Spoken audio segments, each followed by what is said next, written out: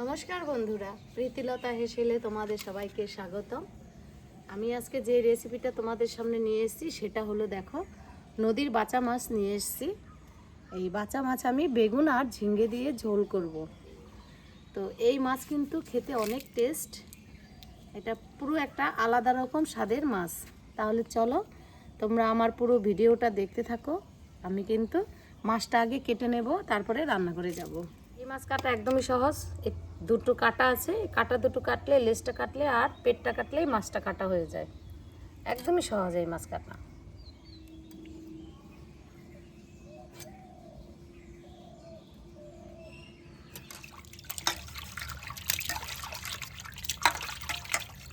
দেখো বন্ধুরা, আমি কিন্তু মাছ কেটে ধুয়ে পরিষ্কার করে রান্না করে নিয়ে চলে এসেছি। আমি এই বেগুন আর এই ঝিঙ্গাটা দিয়েই মাছটা রান্না করব। তো চলো আমি রান্নাটা শুরু করি।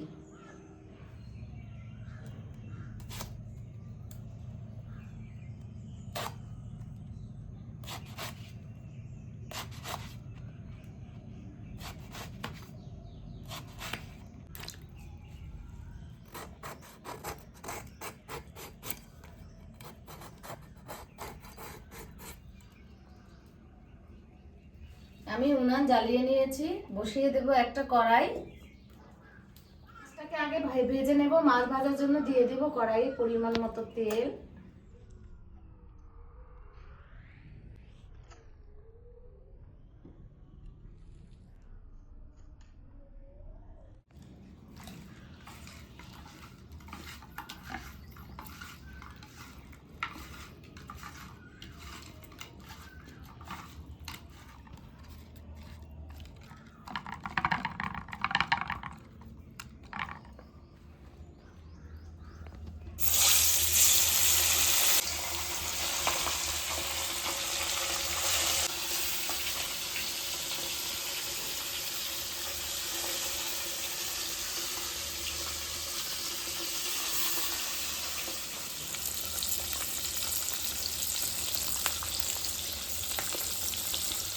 মাছ ভাজা হতে থাকুক, আমি ততক্ষণে মশলাটাকে বেটে নেই। আজকে আমি মাছে কিন্তু বেশি কোনো মশলা দেব না, শুধু জিরা বাটা আর কাঁচা লঙ্কা বাটা দিয়ে রান্না করব।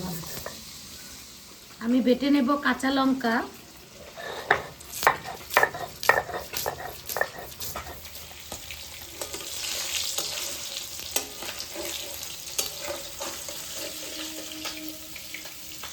আমি এই রকম লাল লাল করে মাছগুলোকে ভেজে নিলাম। এইভাবে আমি সবগুলো মাছ ভেজে নেব। ভাজার তেলের মধ্যে বেগুনটাকে আগে একটু ভেজে নামিয়ে নেব। অন্য সবজিগুলোর সাথে বেগুন দিলে বেগুনটা পুরো গলে যাবে, তাই আমি আলাদা করে ভেজে নামিয়ে নেব।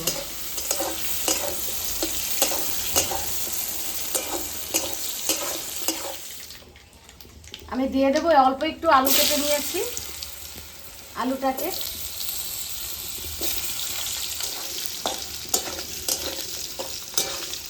আলুটা প্রায় মোটামুটি ভাজা হয়ে গেছে। আমি এবার ঝিঙ্গাটাকে দিয়ে দেব।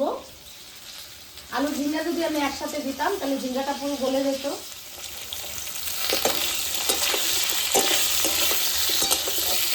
দিয়ে দেবো অল্প একটু লবণ।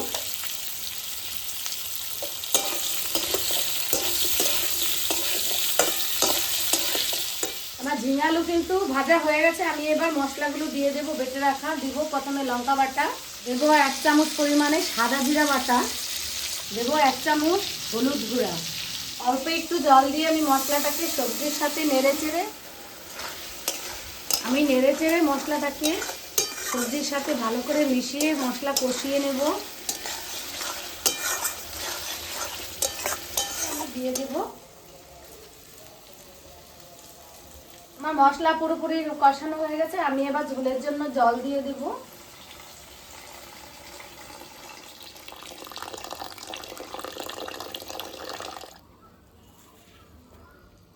স্বাদ মতো লবণ।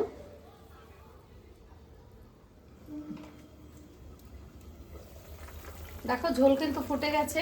আমি এই অবস্থাতে মাছগুলোকে দিয়ে দেব।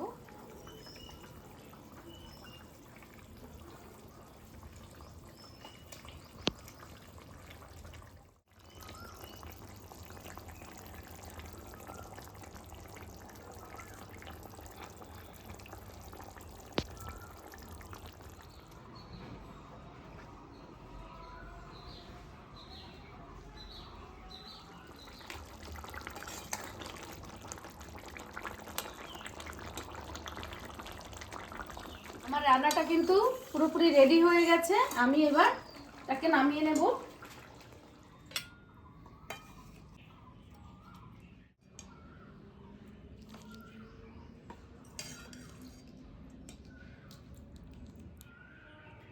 তাহলে বন্ধুরা দেখো, আমি রান্না করে নামিয়ে নিয়েছি। দেখো কি সুন্দর লাগছে দেখতে, গন্ধটাও কিন্তু অপূর্ব বেরিয়েছে।